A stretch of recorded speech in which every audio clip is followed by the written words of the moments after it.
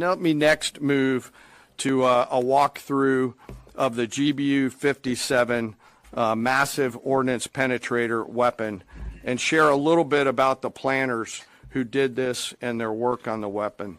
First, let me set the stage for you.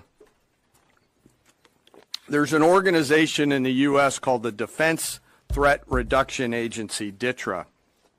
DTRA does a lot of things for our nation, but DTRA is the world's leading expert on deeply buried underground targets.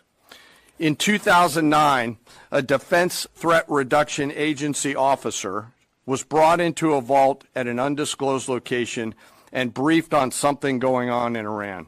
For security purposes, I'm not going to share his name. He was shown some photos and some highly classified intelligence of what looked like a major construction project in the mountains of Iran. He was tasked to study this facility, work with the intelligence community to understand it, and he was soon joined by an additional teammate.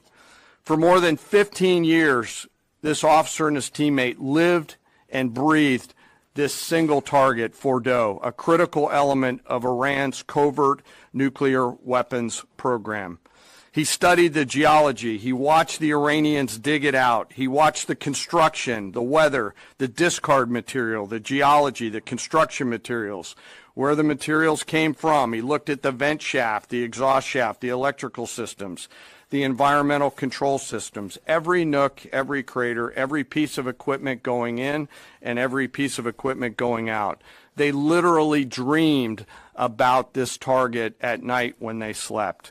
They thought about it driving back and forth to work, and they knew from the very first days what this was for. You do not build a multi-layered underground bunker complex with centrifuges and other equipment in a mountain for any peaceful purpose.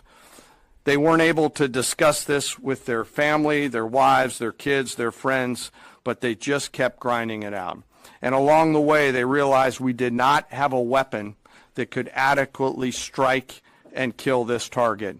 So they began a journey to work with industry and other tacticians to develop the GBU-57. They tested it over and over again, tried different options, tried more after that. They accomplished hundreds of test shots and dropped many full-scale weapons against extremely realistic targets for a single purpose: kill this target at the time and place of our nation's choosing. And then, on a day in June of 2025, more than 15 years after they started their life's work, the phone rang.